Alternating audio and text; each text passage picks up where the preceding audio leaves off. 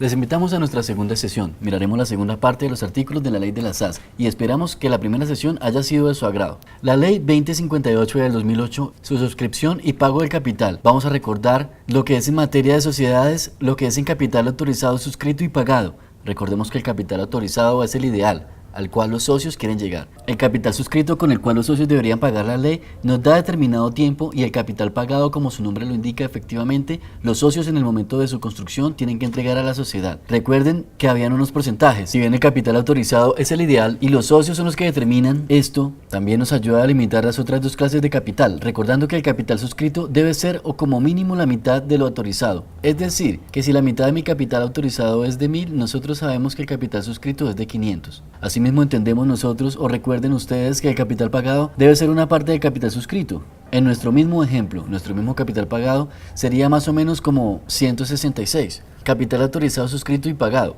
En las sociedades anónimas, nuestro código de comercio, antes de la ley 1258 del 2008, teníamos que el capital suscrito para la ley me da un año para yo conseguir, es decir, como si la sociedad fuera a través del Estado, la ley me permitiera que ya, sin autopréstamo, me daba un año para constituir o conseguir nuestro capital suscrito en la SAS. Este término ahora se amplía a 2 años, es decir, que yo puedo hacerme un mejor préstamo como tal durante 2 años. Consigo el capital suscrito recordando que por el capital que corresponde a nuestra empresa es por capital suscrito, de nuestro ejemplo sería 500 pesos. Encontramos diferentes acciones en la SAS. Se puede crear cualquier tipo de acción, ya que se conocía en nuestro código de comercio normal, y aparte de eso tenemos una acción nueva. Lo que ha creado la SAS son las acciones BAC, ojo, las acciones de pago.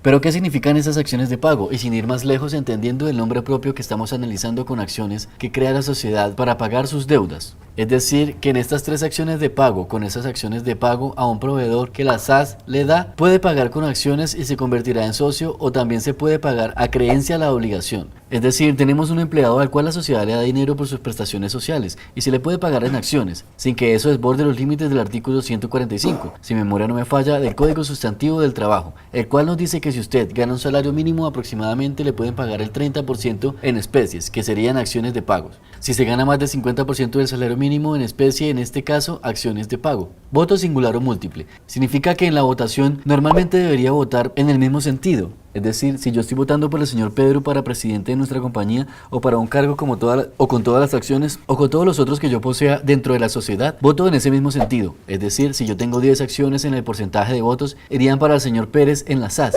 Hay una cuestión que se llama voto múltiple, que significa con ello, con esas mismas 10 acciones o días, por ejemplo, en porcentaje de voto, se puede dividir el sentido del voto. Voto múltiple comparte mis acciones, yo puedo votar a una planilla a un porcentaje y con el otro porcentaje o con la otra parte de mis acciones, puedo votar a una segunda planilla. ¿Esto es bueno o malo? Acuérdense que dentro de las sociedades hay varios cuerpos colegiados y quizás a mí me gustaría o no necesito tener la participación con beneficio de aquellas personas que están postulando. En ese sentido, la ley permite, o la SAS permite, que yo divida mi participación o voto contrario en sus o los demás tipos societarios. Acciones en fiducias. Anteriormente podríamos decir que una sociedad era imposible que tuviera acciones en una fiducia, porque en teoría las acciones de la sociedad debían estar en una fiducia como garantía de los acreedores o terceros que intervienen en nuestra sociedad. Sin embargo, la ley SAS permite de manera expresa en su artículo 12 que la sociedad pueda tener acciones y fiducia para que obviamente produzca sus intereses o beneficios para nuestra sociedad. Restricción en la negociabilidad de las acciones. Aquí debemos traer a colación nuestro artículo 38 de la Constitución. En este artículo se habla de la libertad de asociación, y en esa libertad de asociación nos habla de varias esferas. Una es positiva y otra negativa. En últimas, que significa, por ejemplo, que a mí nadie me puede obligar que pertenezca a una sociedad. Aspecto positivo. Y aspecto negativo o esfera negativa, que yo en una sociedad y nadie me puede impedir que yo me retire. Puede que la SAS desdibuja más o menos o tácticamente este principio, porque nos dice que se puede restringir la negociabilidad de las acciones. No estoy diciendo que este artículo sea constitucional, porque ambas partes, en el momento en el que la Constitución manifiesta o expresa su motivo de argumentación o su consentimiento para que yo o la SAS restrinja la negociabilidad de las acciones, que significa en la práctica que nosotros hoy poseemos una sociedad y solamente hasta 10 años podemos transmitir, vender, negociar, ceder nuestras acciones, y en últimas es como si fuera un matrimonio durante 10 años. Desde luego, y la clave importante está que los socios que están prestando su consentimiento, porque esta situación en la práctica que queremos que el aporte de la sociedad resulta que a los 2 años retira quizás a los socios, o la sociedad se creó en función de esta persona, por ende la sociedad o la SAS permite esta restricción por 10 años y permite que pueda ser prorrogado por un tiempo o periodo no mayor a 10 años. Autorización para otra experiencia de acciones, es decir, que en una especie de derecho preferencial, los socios pueden establecer unos requisitos adicionales o más rigurosos.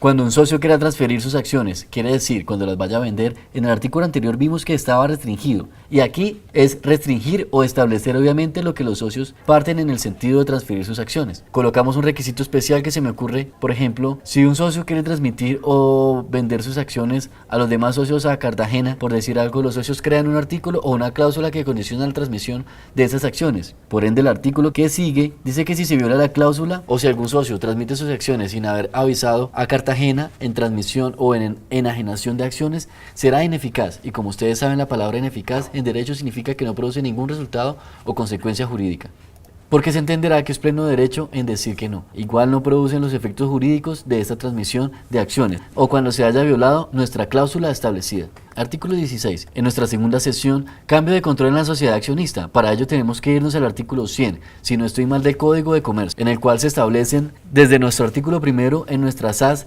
que una SAS puede estar conformada por personas naturales o jurídicas.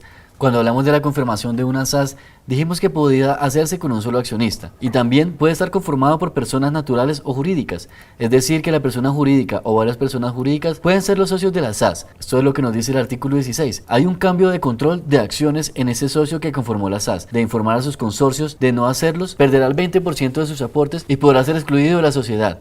Un ejemplo para hacernos entender: hay una sociedad que está conformada por Juan, Pedro y la compañía X.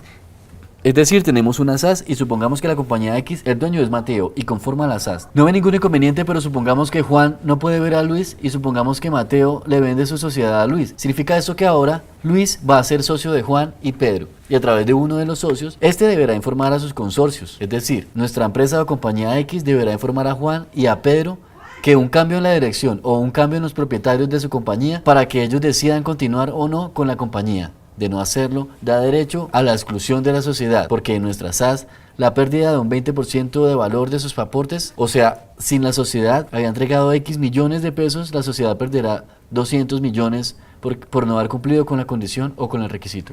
Exigencia que informa del cambio del control de la norma en nuestra SAS.